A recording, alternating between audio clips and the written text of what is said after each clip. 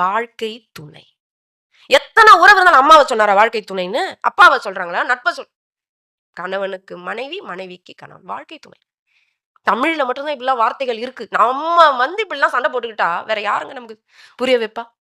அதுக்கு இந்த வேற எந்த மொழியிலும் இப்படி கிடையாது. வாழ்க்கை துணை. காதலர் இருவர் எங்க ஆன்றும் கருத்தொருமித்து ஆதரவு உட்பட்டது. எனக்கு என்னமோ ஔவைய பார்த்து இந்த வார்த்தை நான் மயங்கிட்டேன். ஒருவருக்கொருவர் ஆதரவா இருக்கிறது தான் இன்பம். அதான் இல்லற வாழ்க்கைன்னா. ஆனா ஆதரவா இருக்கோமா? ஐயோ! ஏன் தான் கல்யாணம் பண்ணிக்கணும்னே தெரியல. நான் கல்யாணம் பண்ணிக்காமயே இருந்திருக்கலாம். உன்ன நான் ஏன் இப்படியே போகும் லைஃப் லாங். அந்த அம்மா சொல்லும், நான் என்ன இங்க கேட்டாங்க, அங்க கேட்டாங்க. அவன் தான் தப்பிச்சான் இவரு சொல்லுவாரு. இப்படியே போய் முடிஞ்சிடும் லைஃப். இதுவா லைஃபு?